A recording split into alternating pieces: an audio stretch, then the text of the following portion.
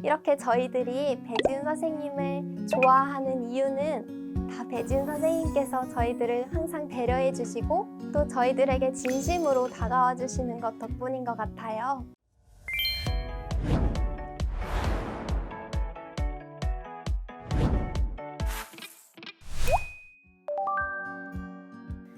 안녕하세요. 2022년 유아임용 세종 초수 합격생입니다. 우선 배지훈 선생님 합격생 발표를 보았는데 아는 얼굴이 나오니까 마음이 되게 반갑고 좋더라고요. 그래서 선배님이 논술, 총론, 강론을 어떻게 공부하셨는지 이렇게 설명을 해주시는데 저는 그때 임용에 대해 아예 모르던 때라 선배님 말씀 듣고 논술은 저렇게 공부해야 하는구나, 총론, 강론은 강의 들으면서 스터디도 따로 해서 하는구나 라고 임용을 공부하는 절차에 대해 알게 된 것 같아요. 그리고 또 내가 아는 분이 저 앞에 나가서 합격을 하고 발표를 하시는 모습을 보니까 나도 나중에 합격을 해서 후배들에게 귀감이 되는 선배가 되고 싶다는 마음에 자극을 받았던 것 같습니다. 네, 제가 배지훈 선생님 강의를 선택한 이유 중 하나가 바로 교재와 강의 자료인데요. 배지훈 선생님께서 사용하시는 아테나 교재는 시중에 있는 모든 강론서들을 정말 총집합한 것처럼 보기 좋게 단권화되어 있어요. 그래서 저는 기출을 공부하다가 2021년 기출문제를 보니까 그동안에 나왔던 기출 문제들과는 사뭇 다른 방향으로 나온 것 같더라고요. 그래서 보면서 선배들은 이걸 어떻게 그 자리에서 풀었을까 하고 놀랐는데, 그때 나왔던 문제들 중에 간접 비교나 직접 비교 또는 지금 생각이 안 나는데 또 다른 내용들이 배지훈 선생님 교재에 실려 있어서 보고 되게 놀랐던 기억이 있습니다. 그런데 올해 나왔던 환경교육 문제도 배지훈 선생님 아테나에 A+ 자료로 나와 있더라고요. 그래서 그걸 보고서 다시 한번 놀랐던 기억이 있습니다. 또 배지훈 선생님 아테나 교재에는 다른 법이나 장학, 안전자료를 따로 찾아볼 필요 없이 아테나만 보고도 공부할 수 있게끔 잘 정리를 해주셔서 그 점이 많이 도움이 됐던 것 같습니다. 우선 아무것도 몰랐던 1, 2월에 배지훈 교수님께서 논술을 작성하는 방법을 아주 기초적인 것부터 세밀한 부분까지 설명을 해주셨어요. 그래서 가장 첫 번째는 논술의 구조를 잡는 것부터 시작했는데요. 서론을 쓰고 그 다음에 이어지는 논술의 내용을 먼저, 다음으로, 이어서, 끝으로 이런 식으로 작성하는 방법을 가르쳐 주시고, 그 다음에 또 첫째, 둘째, 셋째 나눠서 일목요연하게 논술하는 방법을 가르쳐 주셔서 그 방법을 그대로 사용하면서 논술을 했습니다. 문제마다 원하는 답이 다 다르잖아요. 필요성을 써라, 문제와 그 문제가 일어난 이유와 해결 방안을 써라, 이렇게 각각의 다른 요지들에 따라서 어떻게 논술을 해야 하는지 가르쳐 주셔서 논술을 처음 배우는 데 많은 도움이 되었습니다. 그리고 배지훈 선생님께서 알려주신 많은 팁들을 저는 공책에 정리를 했어요. 그래서 그 중에서도 서술식 답안을 작성할 때 배쌤이 모범 답안 그리고 수험생 우수 답안을 프린트에 같이 수록해 주셔서 제가 공부를 하는데 모범 답안과 수험생 답안을 보면서 비교하면서 공부를 하기 편했어요. 그래서 저는 제가 쓴 답안과 이 답안들을 비교하면서 내 답안에서 부족한 점이 무엇이었는지 복기를 하고 다시 내 답안을 수정해서 반복해서 연습했습니다. 그래서 예를 들어서 모범 답안에서는 교육 실습생은 딸기즙으로는 색 변화가 거의 없었으므로 블루베리 즙을 사용하여 색 변화의 결과를 분명하게 제시하고자 했기 때문이다. 과학활동의 자료는 결과가 분명하게 나오는 것으로 제시해야 한다. 이렇게 작성을 했는데 저는 블루베리 즙과 딸기즙, 즉 예시에 대한 내용은 하나도 작성하지 않고 그냥 자신의 행위에 의한 결과가 분명히 나타나는 자료를 활용할 때 유아가 결과의 변화를 눈으로 쉽게 관찰할 수 있기 때문이다라고 답안을 작성했더라고요. 그래서 모범 답안과 수험생 우수 답안 그리고 제 답안을 총집합해서 결과적으로 모범 답안에 가까운 답안을 작성하는 연습을 했더니 저의 논술 그리고 서술 실력이 쑥쑥 자라나는 것을 느꼈습니다. 저는 재학생 신분이라는 것이 저의 하나의 메리트라고 생각을 했어요. 그래서 배지은 선생님 강의도 듣고 또 학교에서 듣는 수업도 들을 수 있으니까 오히려 두 가지 관점에서 공부를 바라볼 수 있겠다는 생각이 들었어요. 그래서 1, 2월은 아직 개강을 하기 전이잖아요. 그리고 1, 2월은 첫 총론과 논술 강의를 시작하는 달이기 때문에 이때 총론과 논술을 바짝 잡아야겠다고 생각을 해서 공부를 했습니다.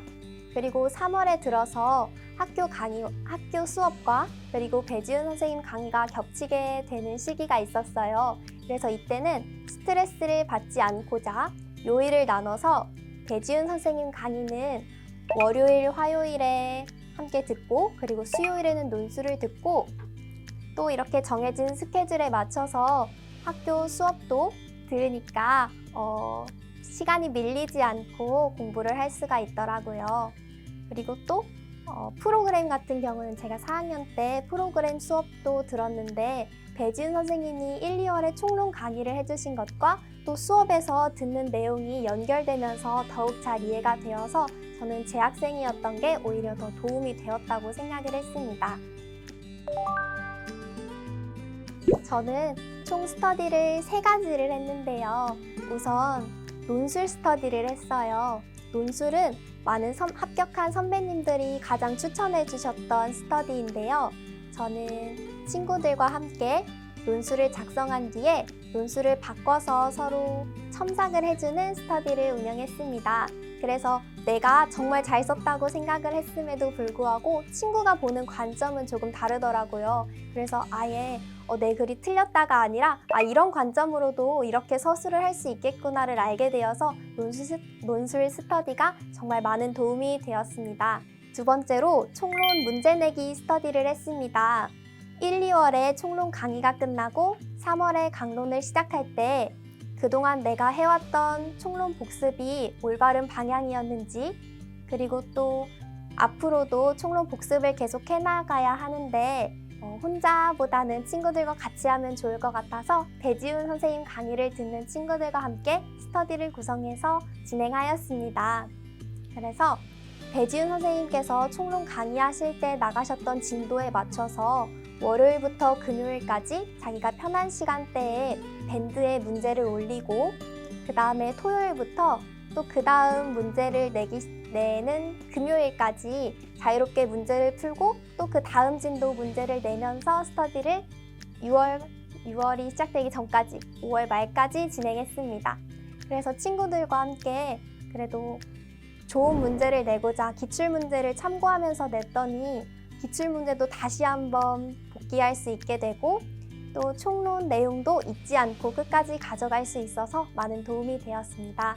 마지막으로 강론 구술 스터디를 진행했습니다. 저는 초수였기 때문에 갑자기 강론에서 내용이 많아졌다고 느꼈어요. 그래서 이 많은 내용을 과연 일주일 안에 나 혼자 외울 수 있을까 하는 두려움이 있었는데요. 그래서 함께 배지훈 선생님 강의를 듣는 친구들과 강론 스터디를 구성해서 실행해 나갔습니다. 강론 스터디 방법은 우선 그 진도에 맞춰서 내가 가장 중요하다고 생각하는 주제를 한 사람당 2가지씩 카톡으로 보냈어요. 그래서 3명이서 스터디를 해서 총 6개 문제가 모였는데요. 그 문제들을 중점적으로 외우고 토요일에 줌으로 만나서 그 문제에 대해서 제가 설명하는 스터디를 했습니다. 그래서 6개를 한 명씩 다 말하면 너무 많으니까 그 중에서 제비뽑기로, 무작위로 제비뽑기를 해서 2개씩 설명하는 스터디를 했습니다. 그런데 이 스터디를 할 때 주의할 점이 있었는데요. 많은 강론 내용 중에 저희가 중요하다고 생각한 주제 6개만 뽑은 것이어서 스터디를 하기 위해서 숙제처럼 이 6개만 외운다면 다른 강론 내용들을 다 놓칠 수가 있었어요. 그래서 스터디는 그냥 내 공부를 더 밀도 있게 하기 위한 하나의 방법이라고만 생각하시고 내 공부를 해 나가면서 주말에 친구들과 그냥 이야기도 할 겸 내가 아는 것을 설명할 겸 만난다고 생각하면서 스터디를 운영해 나갔습니다. 우선 첫째, 많이 해보는 것이 중요합니다. 우선 면접과 수업 시련은 제가 직접 생각한 것을 말로 표현해야 하니까 처음에는 말문이 막히더라고요. 한 10개월이 넘는 시간 동안 앉아서 말도 안 하고 공부만 하니까 제가 말 주변이 이렇게 없었나 싶을 정도로 말을 못 하더라고요. 그래서 그냥 친구들하고 되는 대로 말해보자 해서 답이든 답이 아니든 무조건 많이 말해보는 연습을 했습니다. 수업 시험 같은 경우에는 각각의 교육청마다 다 다르겠지만 특히 세종 같은 경우는 조금 더 활발하게 앞으로 나가서 활동도 하고 또 적극적으로 수업에 임하는 교사상을 가지고 있어요. 그래서 이렇게 가만히 앉아서 수업을 하는 것이 아니라 직접 앞에 나가서 수업을 해봐야 했는데요. 직접 많은 수업을 경험해 보니까 앞에 나갔을 때 내가 정말 교실에 앉아 있는 것처럼 아이들과 함께 상호작용하는 것이 그려졌고 그래서 많은 연습을 통해 더욱 자연스러운 태도가 만들어지게 된 것 같습니다. 둘째, 유튜브를 활용하라입니다.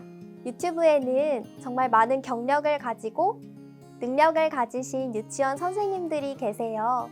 그래서 저는 2차를 준비할 때 유튜브를 되게 많이 활용했는데요. 우선 가장 기본적으로 2차 시험장에서 내가 가져야 할 태도, 인사는 어떻게 해야 하는지, 또 안에 들어가서 어떤 순서로 면접과 수업 시련이 진행되는지를 유튜브를 통해 배웠습니다.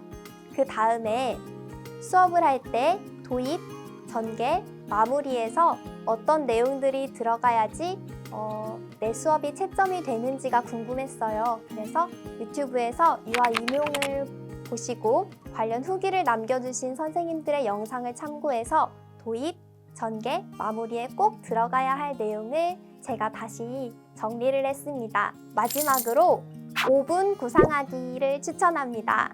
5분 구상하기는 제가 세종 수업 시련 준비를 하면서 도움을 주셨던 선생님께서 알려주신 방법인데요.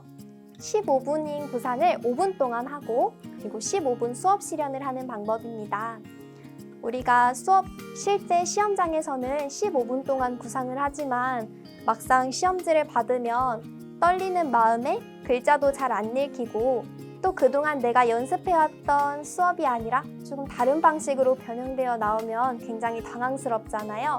그럴 것을 대비하여 내가 미처 구상을 다 끝내지 못하고 들어갔을 때에도 자신감 있게 당황하지 않고 수업을 하기 위해 5분 구상을 했습니다. 처음에 5분 구상을 했을 때는 정말 그래 다솜아 그랬다고? 하면서 완전 띄엄띄엄 수업을 하게 되었어요. 제가 당황하니까 내가 지금 무슨 말을 하는지도 모르겠고 또 이 다음에 어떤 발문을 해야 할지도 모르겠고 내가 고쳤던 습관들은 다시 다 튀어나오고 해서 큰 불상사가 생겼었거든요. 그래서 친구와 함께 우리 처음이니까 그냥 5분 구상을 함께 하고 아이디어를 공유하자라는 방식으로 시작을 하게 되었습니다.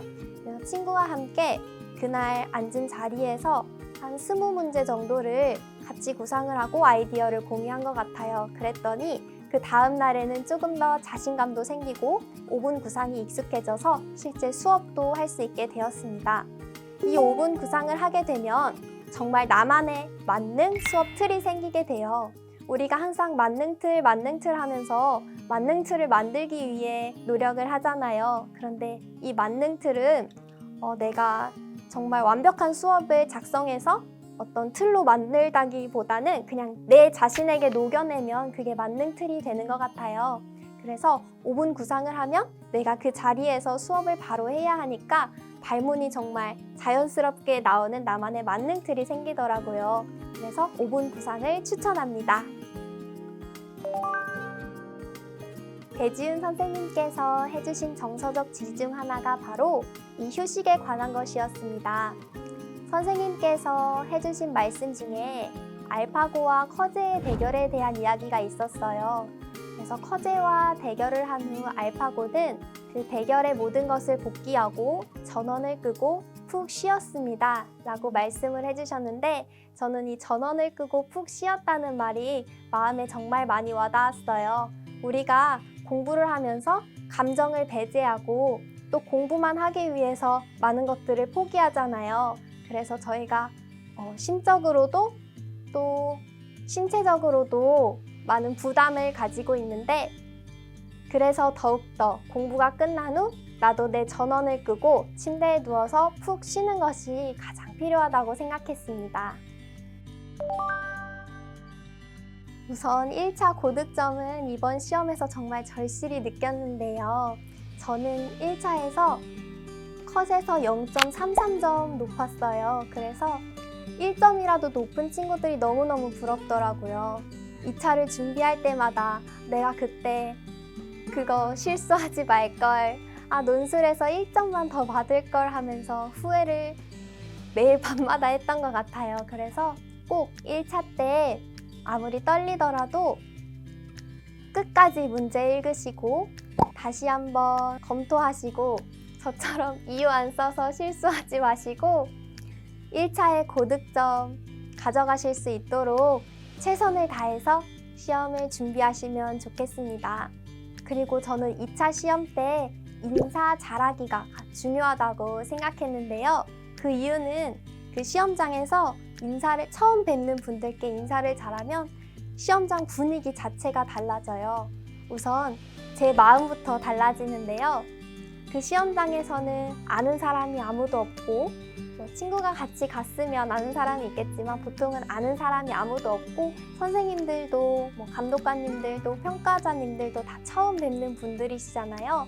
그래서 그냥 내가 인사를 하면서 이제 이분은 아는 분이다, 친한 분이다, 이분은 내 합격을 바라시는 이모님이다 라고 생각을 하면서 제 마음을 조금 불안함을 낮췄던 것 같아요. 또 인사를 하면 말을 하게 되잖아요.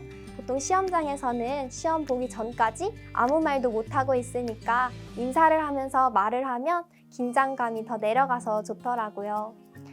또 첫째 날 면접을 보고 어느 정도 감독관님들과 익숙해진 뒤에 둘째 날에 또 시험장에 갔는데 같은 감독관님들이 계시더라고요.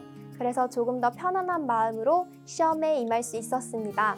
제가 수업 시험을 끝나고 나오니까 떨리는 마음에 문을 열었는데 뒤에서 대기실 바깥에 계셨던 감독관님들, 그리고 구상실에 계셨던 감독관님들, 그리고 마지막으로 평가실 바깥에 계셨던 감독관님들 6분이 뒷문에서 이렇게 절 보면서 웃으시면서 박수를 이렇게 쳐주셨어요.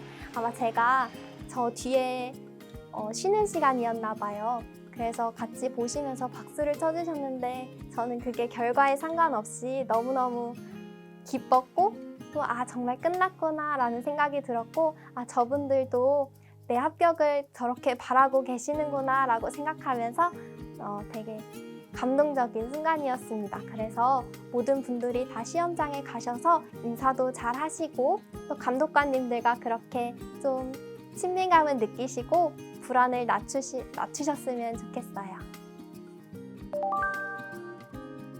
사람마다 가지고 있는 생각도 다 다르고 마음도 다 다르고, 그리고 각자가 처해 있는 상황도 다 다르잖아요. 그럼에도 불구하고 배지은 선생님 강의를 듣는 모든 사람들이 다 배지은 선생님을 좋아하고 응원하는 마음은 다 한결같더라고요. 이렇게 저희들이 배지은 선생님을 좋아하는 이유는 다 배지은 선생님께서 저희들을 항상 배려해 주시고 또 저희들에게 진심으로 다가와 주시는 것 덕분인 것 같아요. 그래서 항상 저희들을 위해 노력해 주시고 또 좋은 말씀 해주시는 배지은 선생님 감사하고 사랑합니다. 임용 시험이라는 게 누구는 1점 차이로 붙고 누구는 0.1점 차이로 떨어지고 이런 시험이더라고요. 그래서 요즘 TO 때문에 또 시험을 봐야 하는지 고민인 선생님들도 계시고 앞으로 해나갈 1년이 또 막막하신 선생님들도 계실 텐데 그냥 제가 해드릴 수 있는 말은 이 불안함을 끝까지 견뎌내고 꿋꿋이 내 할 공부를 해나가는 사람이 합격하는 시험인 것 같아요. 그래서 끝까지 불안함을 견디시고 수험 생활을 이어나가셨으면 좋겠습니다.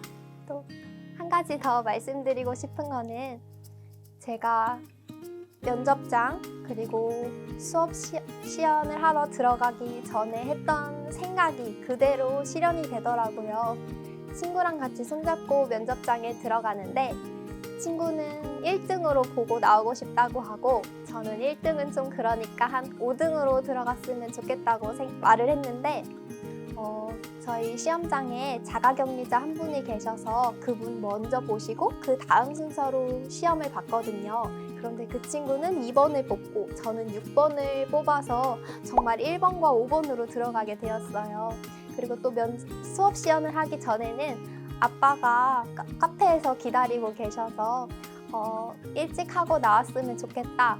한 3번 정도 뽑았으면 좋겠다 했는데 제가 딱 3번을 뽑은 거예요. 그래서 와 진짜 말하는 대로 되네 하면서 친구랑 신기해했던 경험이 있어요. 그래서 발표 전날에 친구랑 나는 문 닫고 들어가겠지만 그래도 멋있게 중간 등수하면 좋겠다. 한 6등 정도 하면 좋겠다라고 말을 했는데 제가 딱 6등을 했거든요. 그래서 정말 긍정적인 생각을 하고 긍정적인 말을 자꾸 하다 보면 말이 씨가 되는 것 같아요. 선생님들 모두 힘내시고 수험생활 화이팅입니다.